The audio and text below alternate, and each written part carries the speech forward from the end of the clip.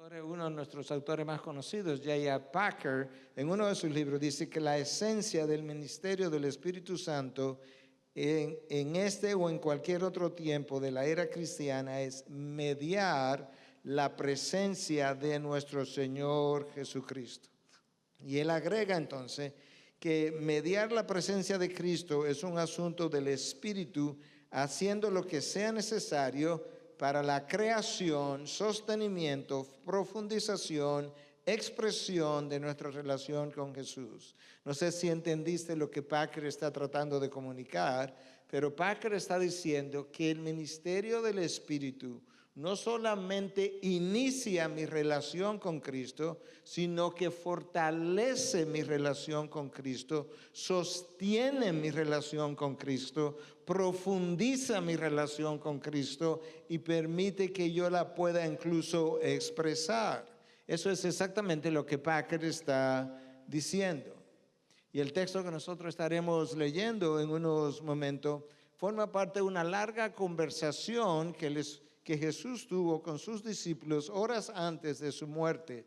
Y yo creo que si tú piensas en una persona sabia que esté a punto de morir y una persona piadosa que vaya a pasar varias horas hablándote de las cosas importantes de la vida cristiana, yo creo que tú quieres prestar atención a lo que él tiene que decir. Pero cuando esa persona es la segunda persona de la Trinidad, Dios mismo encarnado, que se reúne con 12 apóstoles horas antes de morir y comienza a hablar de aquellas cosas que él entiende son vitales para que ellos puedan recordarlas, entonces tú tienes que prestar especial atención. Y durante esas horas, Cristo les habló de muchas cosas. Déjame darte algunas ideas de las cosas que Él les habló. Cristo les habló del cielo y de cómo llegar allí.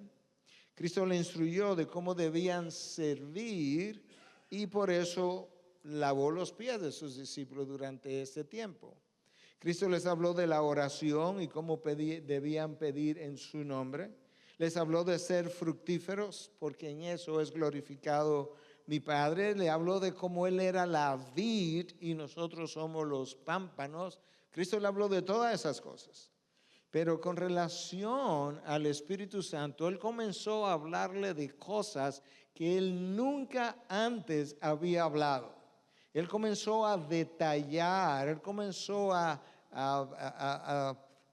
desarrollar, si pudiéramos decir, toda una serie de enseñanzas acerca del Espíritu de Dios que Él entendía, ellos necesitaban y que necesitarían para el resto de su ministerio. Una vez que Él partiera, Él no estaría ahí para responder sus preguntas. Una vez que Él partiera, Él no estaría ahí para guiarlos. Él no estaría ahí para revelarles los misterios de la palabra de Dios. Y Él comenzó a hablarle del Espíritu de Dios y le habló como el Paracletos, como aquel que vendría a su lado, a su ayuda. Y eso aparece en Juan 14:16. Le habló como el ayudador en Juan 14:16 también. Le habló como alguien que sería enviado a ellos en respuesta a la oración y que sería enviado de parte del Padre y del Hijo, que sería enviado en respuesta a la oración de sus discípulos. Le habló como el guía que le enseñaría y les recordaría las verdades que Cristo ya les había enseñado. ¿Tú puedes entender eso? Cristo le había enseñado muchas cosas que ellos habrían olvidado. El Espíritu sería enviado para que se las recordara y se las ordenara, porque ellos no la habían tenido organizada en su mente. Le habló del Espíritu Santo como alguien que testificaría acerca de la persona de Jesús en Juan 15:26, y le habló del Espíritu Santo como la fortaleza para ello poder ser testigos. En otras palabras, el Espíritu Santo fue presentado por Cristo de una manera tan extraordinaria que fue como: si tú no tienes este ministerio, tú no puedes ser ni mi testigo ni puedes ser mi discípulo. Hasta ahí llegó Jesús.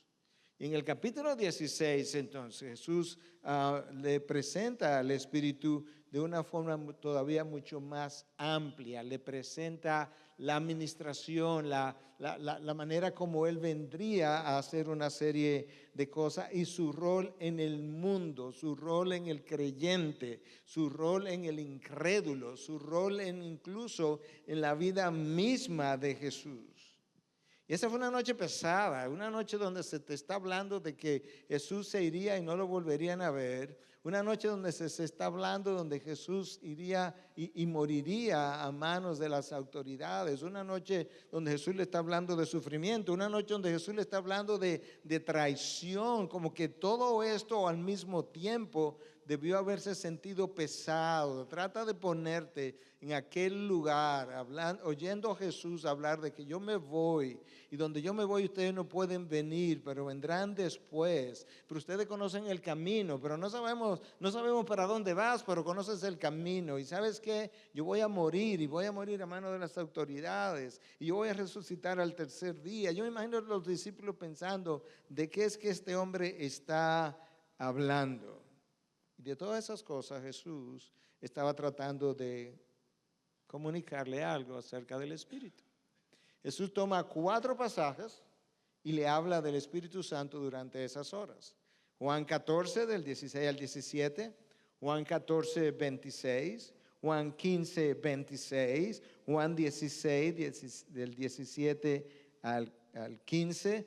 Pero mi texto para el día de hoy es este último, porque yo creo que es el texto más rico, es el texto más amplio, es el texto en el que yo quiero que tú y yo nos enfoquemos, es el texto donde yo quiero que tú y yo saquemos lecciones para la vida diaria y que tú como persona, tú como iglesia, jamás vuelva a hacer ministerio sin de la dependencia del Espíritu de Dios. Yo venía al final del año del año 2017, el año 1500, todavía tengo la reforma detrás de mí, del año 2017, yo venía hasta cierto punto, Carlos quizás escuchó parte de esto, como deprimido de lo que yo estaba viendo en la vida de la iglesia, el esfuerzo, el descanso, sobre el esfuerzo humano, sobre lo que podíamos lograr, la poca dependencia del Espíritu, la mucha dependencia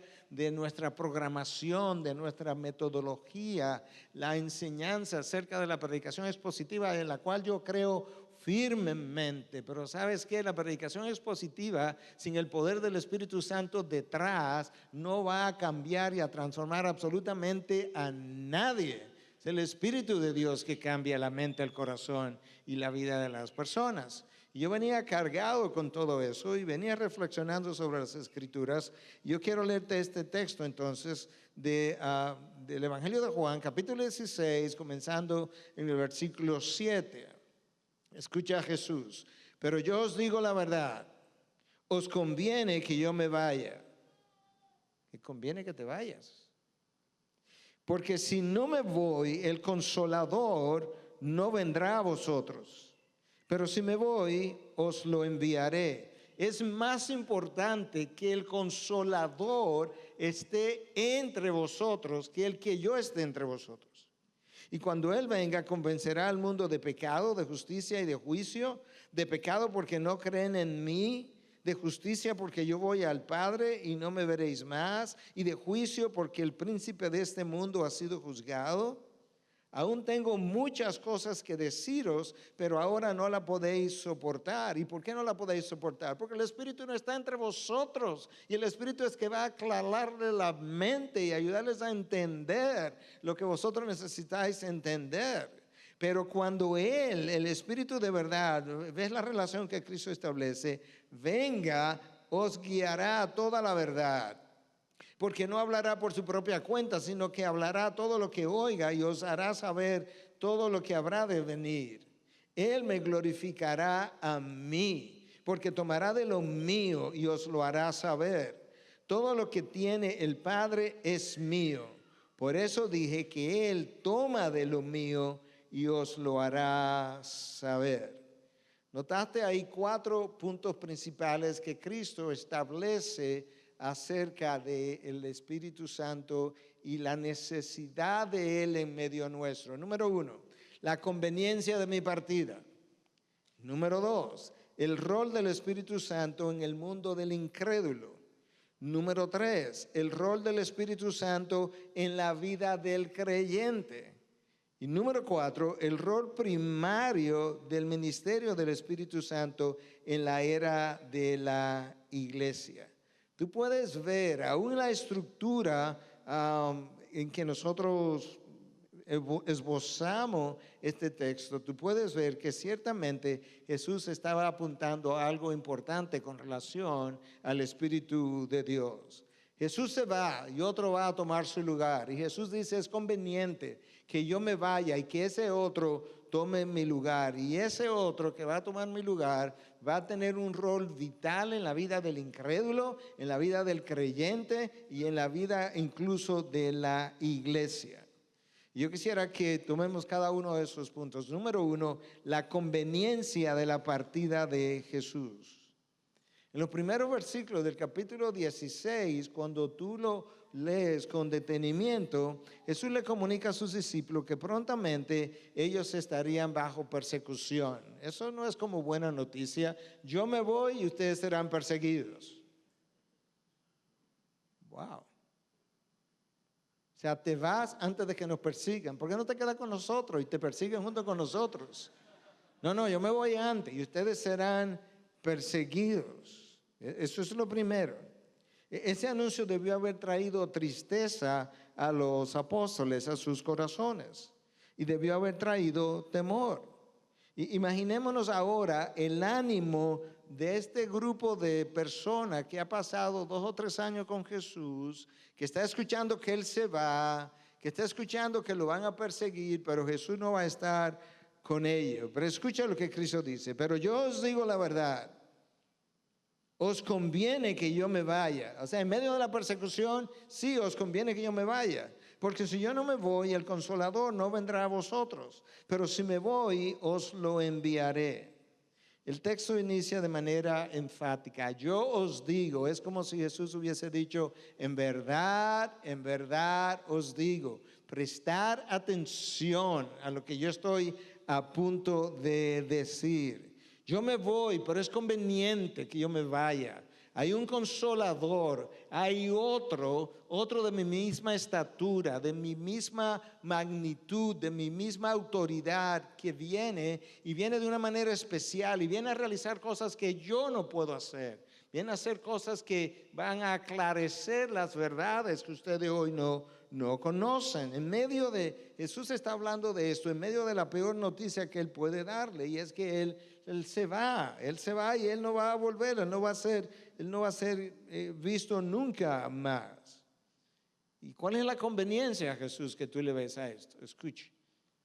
Él les guiará a toda verdad y le explicaría todas las cosas. Él les guiará a toda verdad y le explicaría todas las cosas. Sin la presencia del Espíritu, yo no puedo ser guiado a la verdad, ni puedo entender muchas de las verdades. Por eso Cristo le dice esa noche, yo tengo mucho más cosas que decirlo, pero yo no puedo. ¿Y por qué no puedo? Porque el Espíritu no está entre vosotros aún.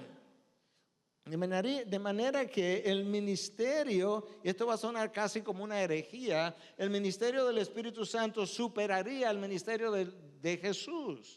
En la manera en que tú le escuchas, en la manera en que tú prestas atención, tú te das cuenta que ciertamente así será. Él vendrá a explicar, a esclarecer, a organizar, a ordenar, cosas que los discípulos tenían como aisladas, eran como islas de conocimiento que ellos no podían organizar todavía. Y el Espíritu de Dios vendría a organizar todas y cada una de esas cosas para que ellos pudieran hacer el trabajo de la gran comisión.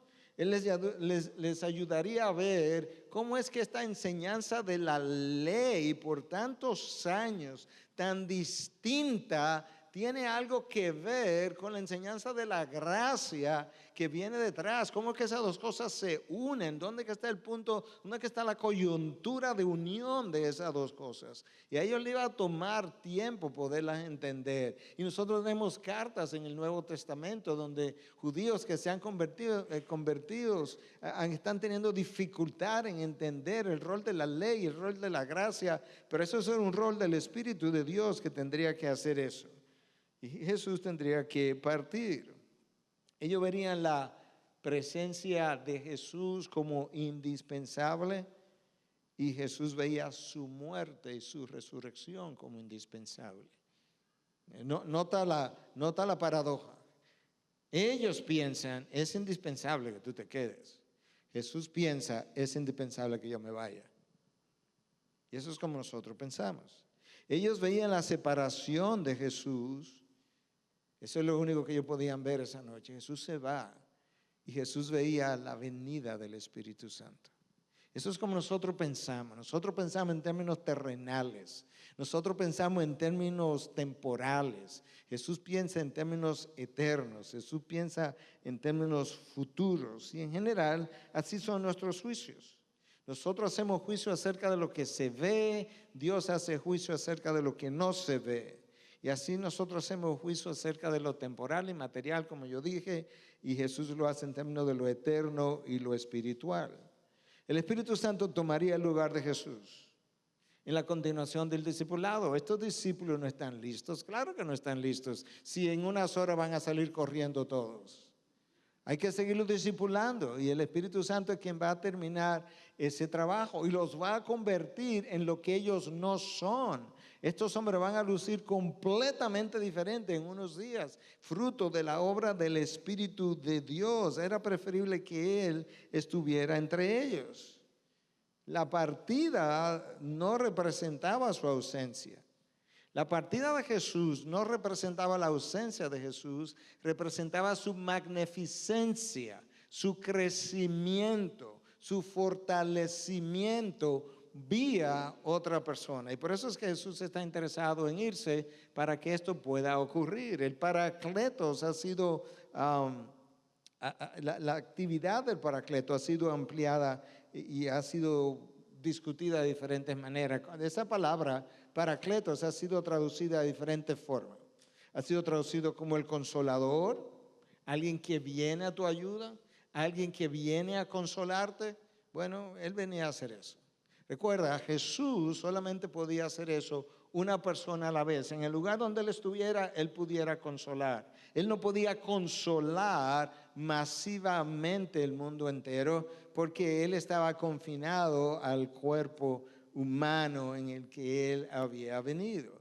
El Paracleto ha sido también traducido como el consejero, alguien que viene a orientarnos, a darnos el poder de tomar decisiones, a orientar al pastor para orientar a las ovejas. Ha sido también traducido como el intercesor, alguien que va a traer tus oraciones y se la va a llevar al Padre de una mejor manera. A veces yo creo que nosotros estamos orando de una forma y el Espíritu Santo está diciendo, Padre, no le haga caso, esto es como debe ser la oración. Él no entiende cómo son las cosas. Es el intercesor, ha sido traducido como el defensor. Él va a venir a defenderte en la hora de la prueba, en la hora de la dificultad. Él va a estar ahí contigo. Él ha sido traducido como el fortalecedor.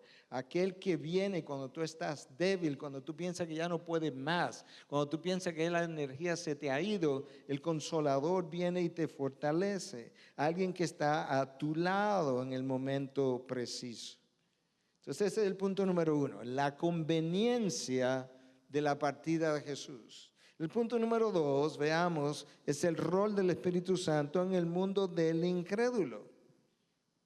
Cristo habló esa noche, comunicó a sus discípulos cuán amplio sería el ministerio de la Trinidad. Él no viene solamente para actuar en el creyente, Él viene para actuar en el mundo también y de una manera muy especial. Escucha, versículo 8, y cuando Él venga convencerá al mundo de pecado, de justicia y de juicio.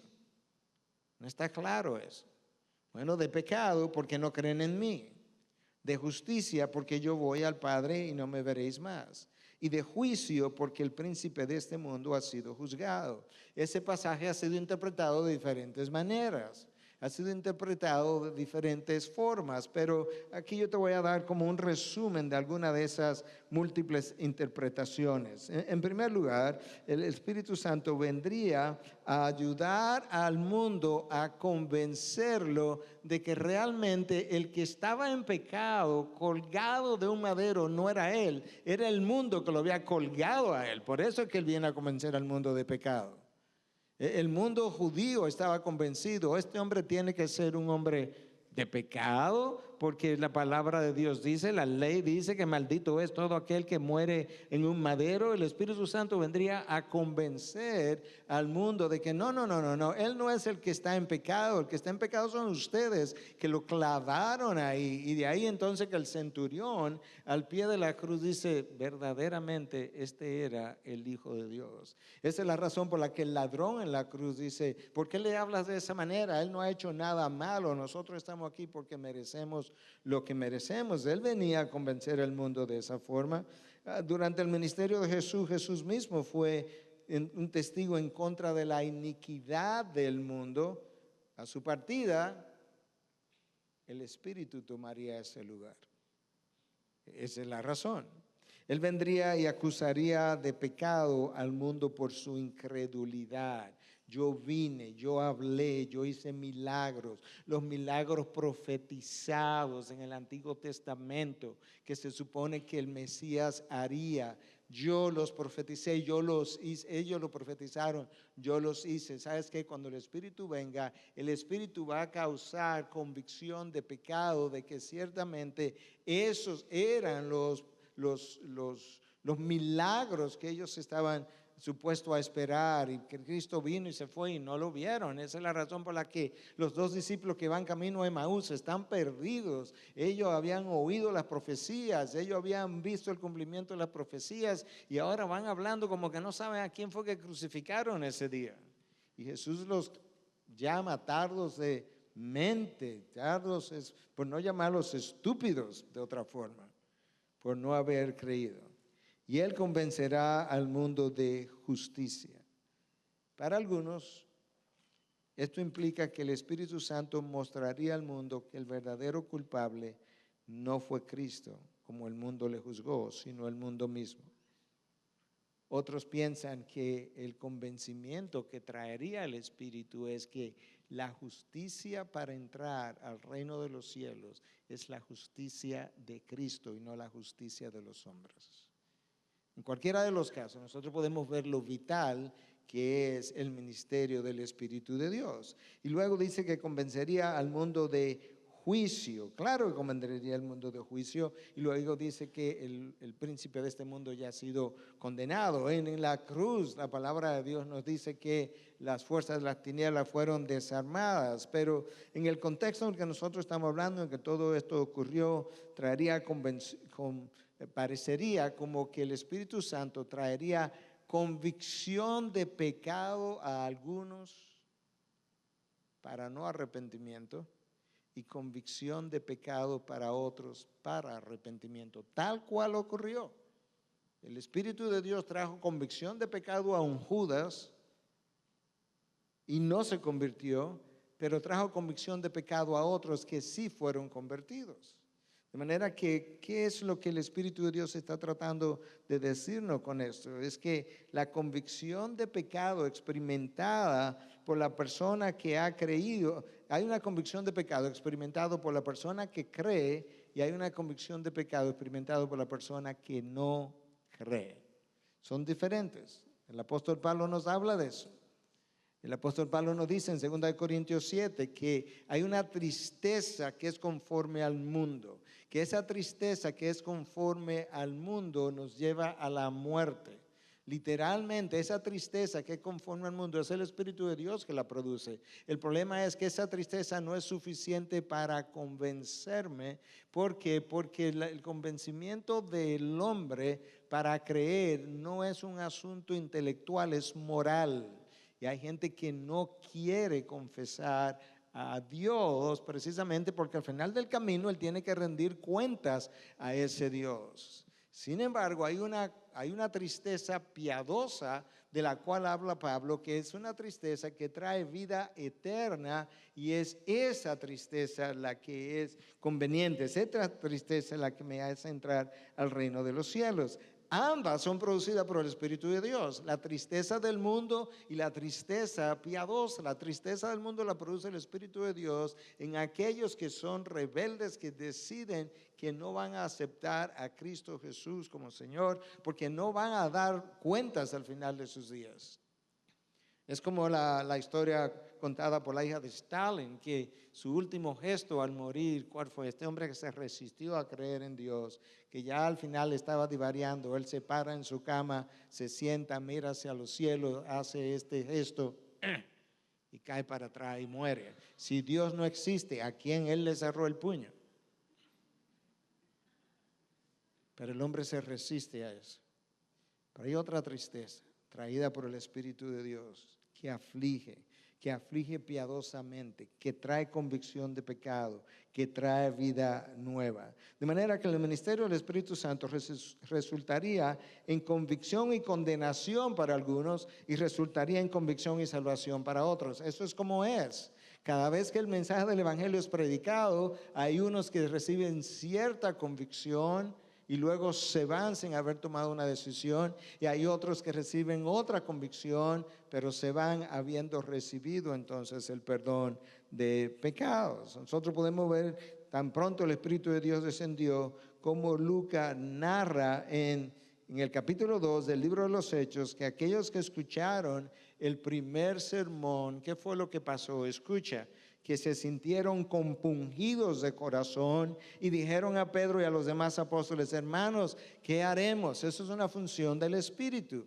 La función del Espíritu es tomar la palabra de Dios que está siendo predicada y poderla aplicar al corazón de tal manera que ese corazón se siente compungido y siente y piensa: ¿qué yo tengo que hacer? ¿Qué es lo próximo que me toca hacer? ¿Qué es lo próximo que yo tengo que hacer ante Dios? Y el mismo Dios, por medio del mismo Espíritu, le lleva a creer: yo necesito ser perdonado y necesito pedir perdón, y lo único que me puede dar perdón es la sangre de Cristo derramada en la cruz hace 2000 años atrás. Esa es una función del Espíritu de Dios. Hermanos, no importa cuánta oratoria tenga el predicador, no importa cuánta exégesis tenga el predicador, no importa cuántas reglas de hermenéutica tenga el predicador, no importa cuán bien él pueda hablar, cuán bien él luzca, si el Espíritu de Dios no toma la palabra, las palabras del predicador y la aplica al corazón y a la mente del incrédulo, él jamás será convertida. Y si no la aplica al corazón y a la mente del creyente, él jamás será transformado a la imagen de Cristo. Nosotros no podemos olvidar eso. Nosotros tenemos que enfatizar una y otra vez, cada vez que enseñamos acerca de la predicación y de la predicación expositiva, que ese es un trabajo que tiene que ser hecho, pero tiene que ser hecho dependiendo del Espíritu de Dios, de principio a fin. Esa es la manera como es, nunca ha sido de otra forma. Esa es la razón por la que un Charles Spurgeon tenía 300 personas orando por él mientras él predicaba, porque él sabía que la conversión de la persona no dependía de su oratoria, de su forma, de lo que él era, de su personalidad, dependía de que alguien estuviera orando para que el Espíritu de Dios estuviera obrando. Y esta gente se sintió compungida de corazón. Y entonces, ¿qué haremos? Y esto es lo que Pedro dice. Bueno, no lo tome tan serio. Eso es lo que Pedro dice. Bueno, tú sabes que esta generación sufre de culpa. Eso es lo que Pedro dice. Arrepentíos y sed bautizados cada uno de vosotros en el nombre de Jesucristo para perdón de vuestros pecados, y recibiréis el don del Espíritu Santo. La palabra arrepentimiento ha desaparecido del vocabulario de múltiples de los púlpitos, porque tenemos miedo de ofender a aquellos que están en necesidad de arrepentimiento. No hay conversión sin arrepentimiento, y eso es un trabajo del Espíritu de Dios, una y otra vez, una y otra vez. 3,000 personas nacieron de nuevo. Yo no sé qué hacer con 3,000 nacidos de nuevo mañana si en mi iglesia ocurriera eso.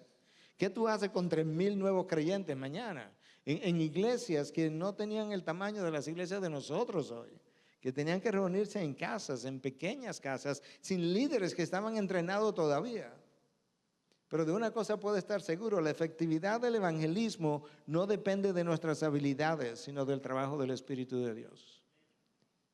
La efectividad del evangelismo no depende de nuestras habilidades, sino de la efectividad o del trabajo del Espíritu de Dios. Yo estuve en la isla de Barbados con 200 misioneros durante una semana, de 8 de la mañana a 5 de la tarde, escuchando y aprendiendo acerca de cosmovisión, porque la cosmovisión, entender la cosmovisión de la gente que estamos tratando de evangelizar era la clave para el evangelismo, y de esas 8 horas que empleamos, 5 minutos fueron empleados la oración, y al final yo decía, esto no puede funcionar.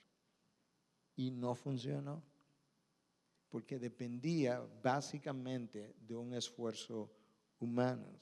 A menos que el Espíritu de Dios convenza de pecado, nuestras palabras pueden ser interesantes, nuestras oraciones pueden ser estructuradas, nuestras ideas pueden ser lógicas, nuestra oratoria puede ser impecable. Nada va a ocurrir. Eso no es un trabajo humano, eso es un trabajo sobrenatural. Si el Espíritu de Dios no aplica aquello que se está explicando, el corazón no recibirá la convicción. El tercer punto, el rol del Espíritu Santo en la vida del creyente. Escucha cómo Jesús explica en parte cuál sería el rol del Espíritu en la vida del creyente. Porque Jesús explica en parte el rol del Espíritu Santo en la vida del creyente, ayudándonos a entender una deficiencia en el creyente. ¿Cuál es el rol del Espíritu Santo en mi vida, en una deficiencia que yo tengo?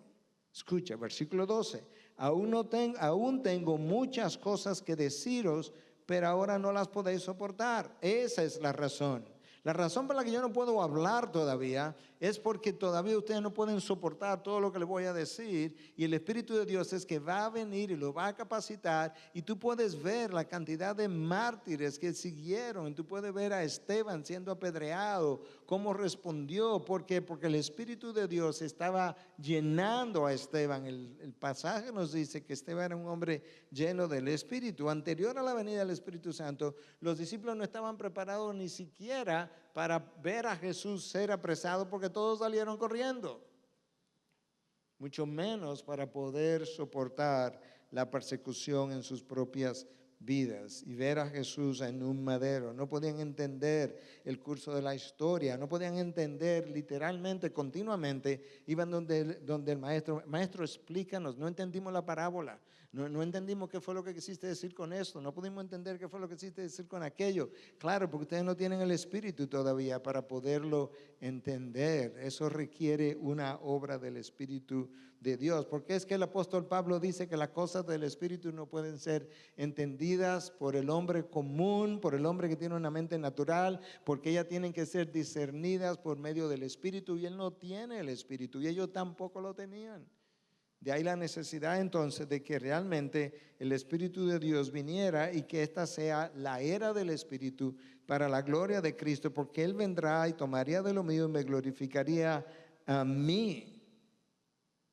Cuando Jesús se aparece a los 2 discípulos que iban camino a Emaús, ¿qué es lo que Él hace?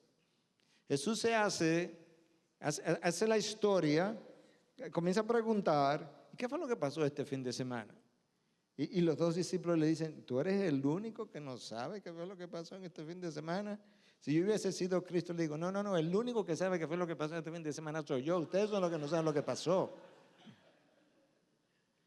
Y Jesús comenzó entonces, ¿qué es lo que Él hace? Jesús no le dijo, escúchame, yo estuve muerto 3 días, de viernes en la noche a domingo, y ahora que yo resucité, yo le traigo una revelación nueva. Eso no fue lo que él hizo. ¿Sabe lo que él hizo? Que él comenzó a revisar las mismas escrituras viejas, antiguas, y comienza por los salmos y por los profetas, y comienza entonces a desenrollar, a desempacar lo que ya yo habían oído en la sinagoga por cientos de años y nunca habían entendido. Y de repente ellos dicen, ¿y no ardía en nuestros corazones cuando Él nos abría las escrituras? Ese es el rol del Espíritu, abrir las escrituras para que tu corazón arda. Cuando tú ves a un hombre arder en el púlpito, lo único que tú estás viendo es un hombre que tiene el Espíritu de Dios, que está abriendo las escrituras para él, y él está ardiendo en el púlpito, y otros están diciendo, ¿y qué es lo que este hombre tiene? Lo único que él tiene es un espíritu que está abriendo las escrituras, y las escrituras está haciendo arder el corazón de los que escuchan. Eso es lo que está pasando.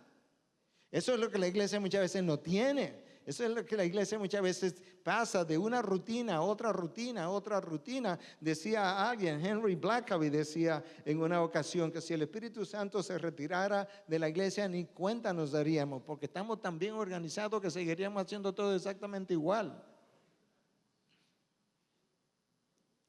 Y esto es uno de los problemas, que cuando la iglesia le pierde el temor reverente a Dios, le pierde el temor al pecado. Y cuando la iglesia le pierde el temor al pecado, Dios se aleja de la iglesia. Y cuando Dios se aleja de la iglesia sigue sus actividades rutinarias y religiosas.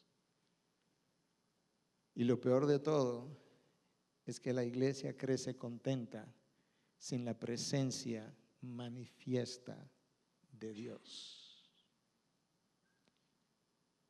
En 10 días yo voy a estar en Chicago hablando justamente de la presencia manifiesta de Dios. Dios está en todas partes, pero Dios no está en todas partes de manera manifiesta. Y eso es importante que nosotros lo conozcamos. Porque lo peor que le puede pasar a una iglesia es crecer contenta sin la presencia manifiesta de Dios. Y esa presencia manifiesta de Dios es mediada por el Espíritu de Dios. Versículo 13.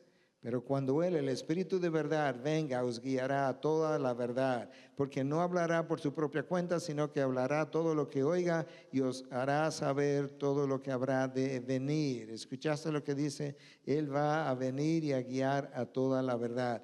Cristo no estaba hablando, nota cómo él dice, toda la verdad. Él está hablando de un cuerpo de verdad específico. Él no dice que el Espíritu Santo va a venir a aclararnos de biología y de medicina y de astronomía. No, de toda la verdad. ¿Cuál verdad? La verdad redentora. Cuando Él venga, Él nos va a aclarar, nos va a organizar, nos va a ordenar, nos va a decir, nos va a enseñar, nos va a guiar por donde yo debo seguir trillando. Y eso es exactamente lo que Él hizo.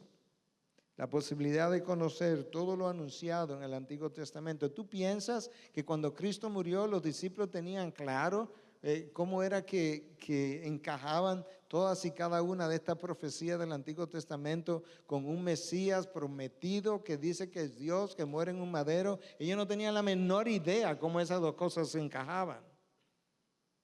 Pero cuando el Espíritu de Dios vino y Cristo los hizo esperar, precisamente para que ellos comenzaran a entender. En 3 ocasiones, Cristo hace referencia al Espíritu de verdad. En Juan 14, 17, en 15, 26 y en 16, 13.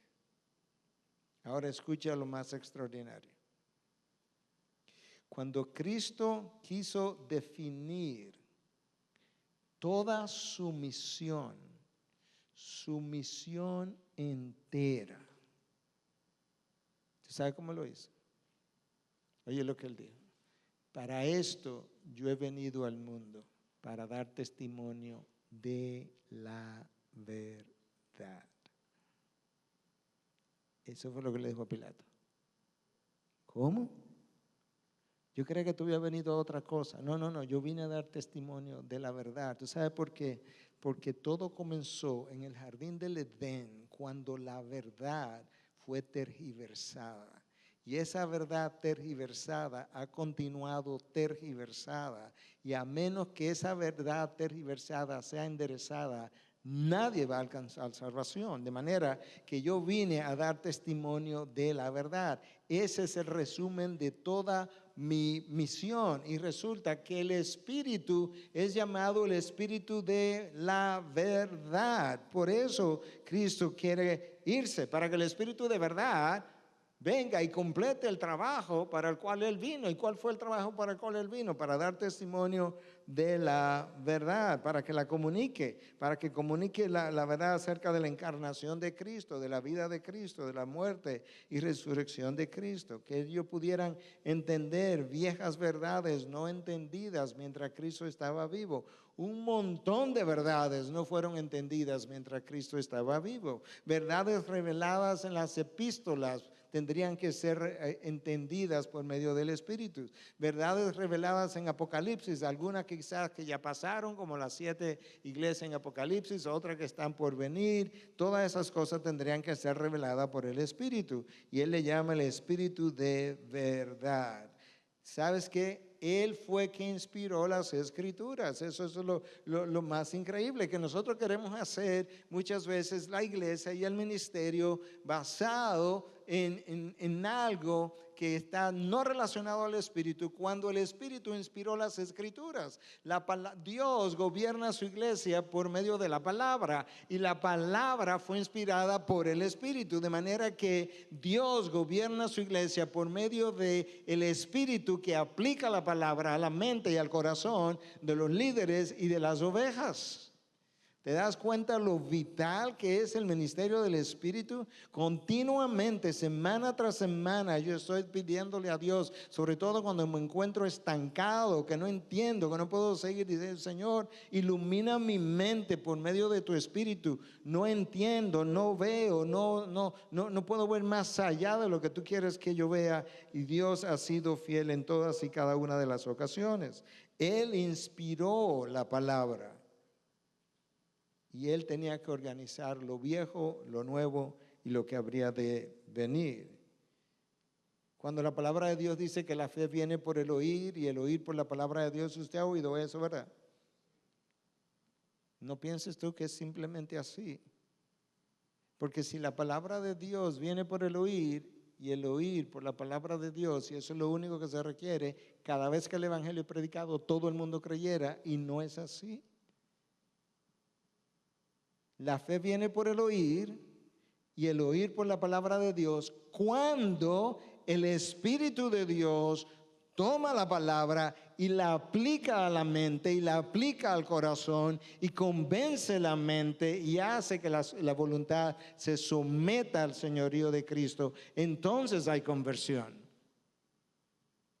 Y esa es la razón por la que tú y yo necesitamos orar todos los domingos, anterior al domingo. Señor, permite que el Espíritu de Dios tome la palabra que voy a predicar y la ilumine y le dé poder y abra el entendimiento y abre el corazón, como abriste el corazón de Lidia, para que pudiera entender lo que Pablo estaba explicando, porque de lo contrario nada va a ocurrir. Va a haber otro mensaje más que va a ser infructífero.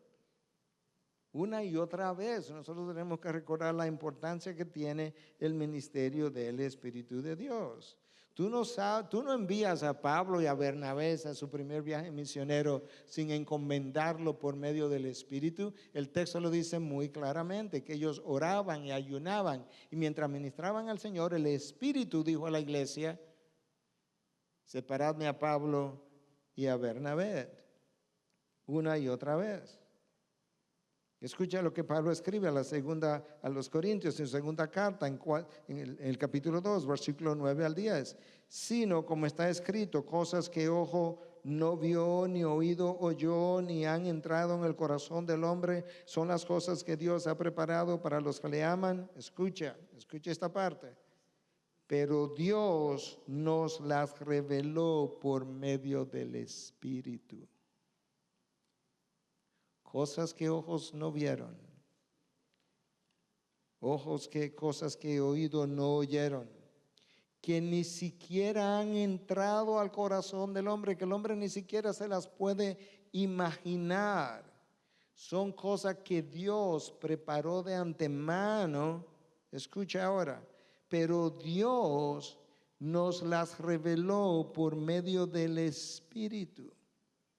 Él es el Espíritu de verdad. Eso está en 2 Corintios 2, del 9 al 10. ¿A dónde se perdió la iglesia?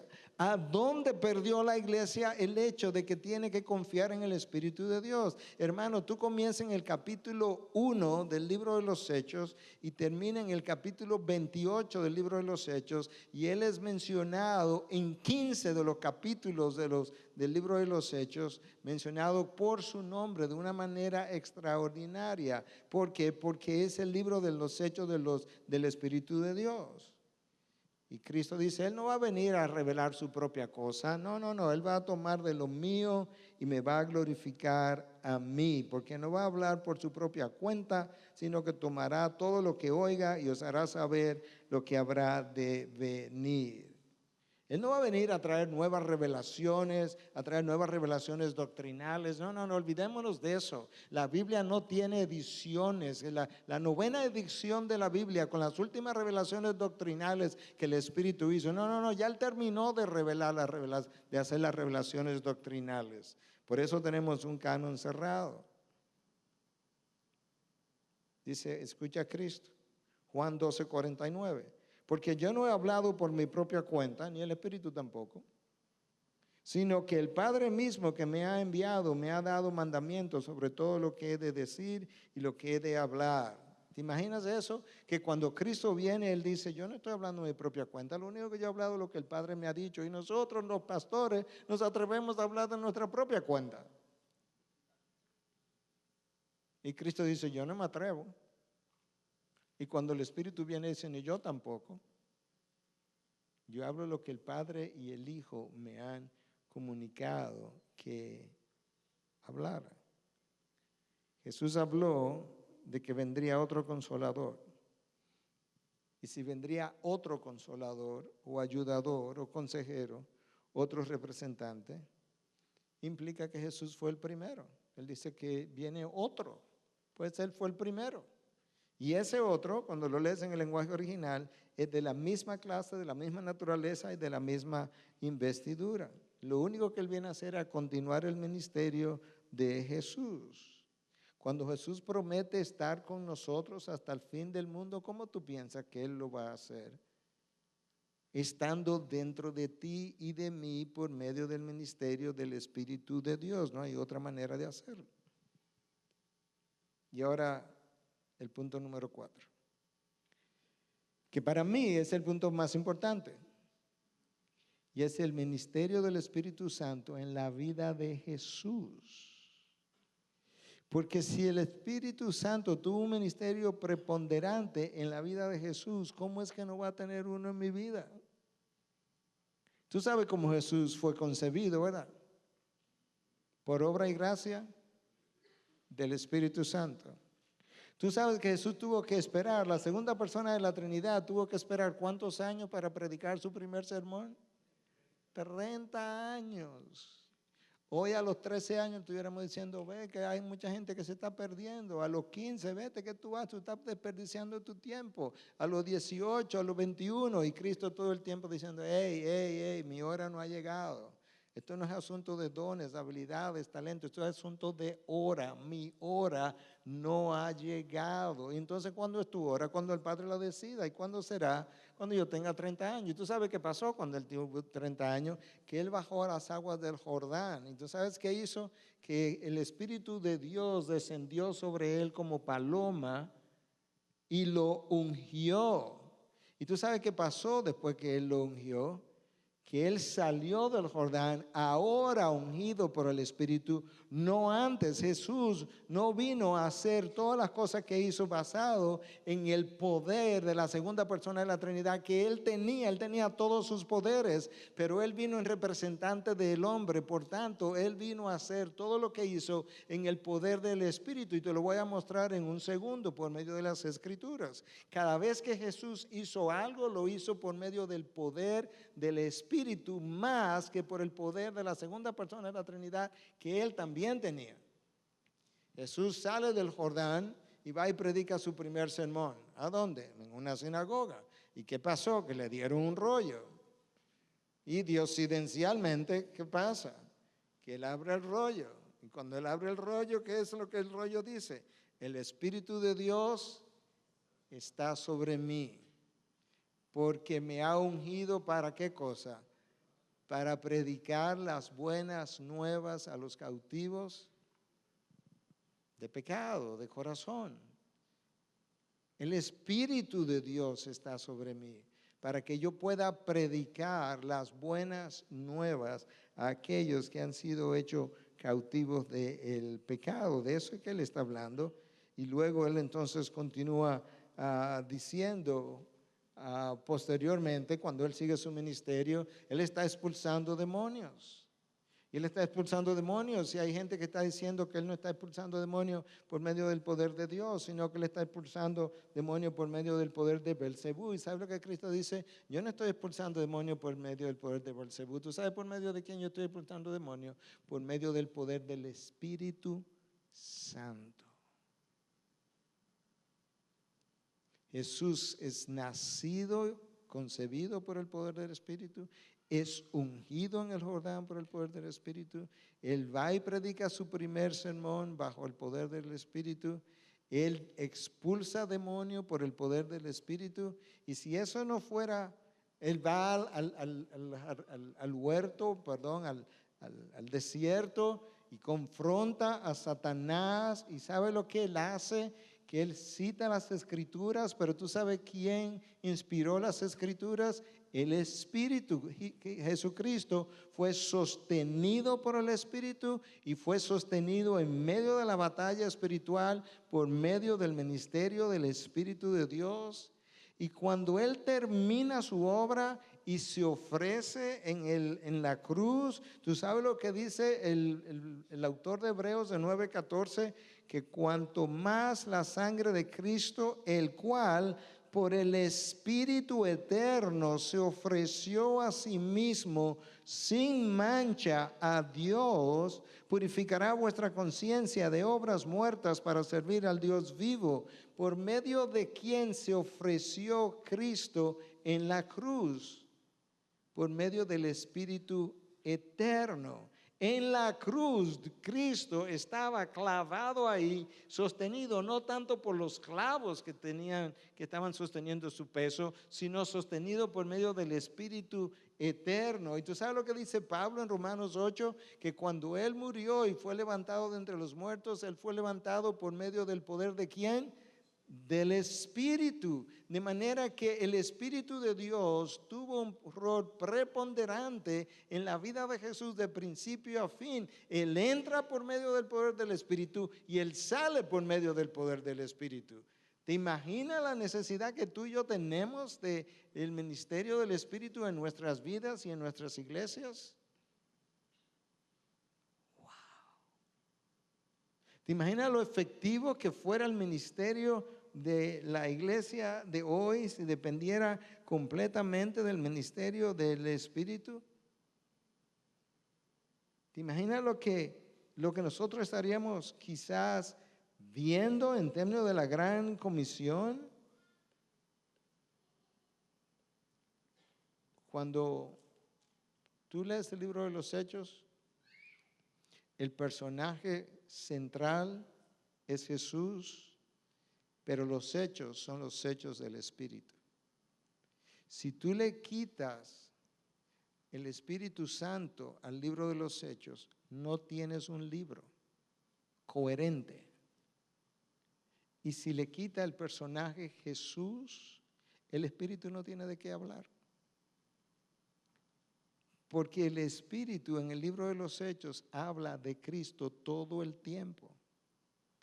Pero los hechos que ocurren son los hechos del Espíritu de Dios a través de los apóstoles. Y ahí tú puedes ver otra vez que ciertamente esta es la era del Espíritu, pero es para la gloria de Cristo. Él vendrá y tomará de lo mío y me glorificará a mí. ¿A dónde la iglesia perdió su norte? ¿A dónde la iglesia perdió su curso? Por un lado, el racionalismo del norte, de la famosa era de la iluminación, afectó la iglesia y nos hizo creer, infiltró la iglesia y nos hizo creer que realmente nuestra mente, nuestra capacidad mental es la que produce los resultados. Y esa es la razón por la que nosotros tenemos miles de formas de enviar gente al campo misionero, pero ¿sabes qué? Cuando Cristo nos dio una fórmula sumamente sencilla. Cristo dijo, la mies es mucha. Ese problema no es nuevo y los obreros son pocos. Ese problema tampoco es nuevo. Eso de que nosotros tenemos pocos misioneros, eso no es un problema nuevo. Cristo lo reconoció, pero Cristo dio la solución. Si sabes que esto no es tan complicado, la mies es mucha, los obreros son pocos, por tanto, fundar más institutos, más seminarios, más instituciones educativas. Yo creo en todas ellas, nosotros tenemos una de esas instituciones, pero esa no fue la solución, esa no fue la mercadología. La mercadología fue, por tanto, id y rogad al Señor de la mies para que Él envíe obreros a su mies. ¿Tú piensas que si nosotros hiciéramos eso más, tuviéramos una mies mejor recogida? Hermanos, está todo ahí en el manual de instrucción. Y ese trabajo de enviar gente al campo misionero, Cristo lo entendió, aunque ahí no lo dice. Eso es un trabajo del Espíritu de Dios. Pablo y Bernabé. Eso es un trabajo del Espíritu de Dios. De manera que nosotros como iglesia, mi iglesia la ha oído este año no sé cuántas veces, estamos en necesidad de arrepentirnos, de no confiar más en la suficiencia del Espíritu. Antes de yo salir para acá, 1:52 de la tarde, yo recibo un mail de alguien que ora por mí todo el tiempo. Alguien que me envía cosas todo el tiempo. Tenía 5 puntos. ¿Y tú sabes qué tenía que ver los 5 puntos? Depende del Espíritu de Dios. Confía en Dios. Toma riesgos contando con Dios. Y yo le escribí para atrás y le decía, tú no sabes lo timely, lo a tiempo que esto llegó. Porque no se trata de oratoria humana, de esfuerzo humano, de programación. Todo eso es necesario. Pero es inservible si el Espíritu de Dios no es honrado de la manera como necesita ser honrado. Eso es una carga de mi corazón. Es una carga del mundo académico que me pesa enormemente. Hermanos, la academia es importante, pero ¿sabes qué?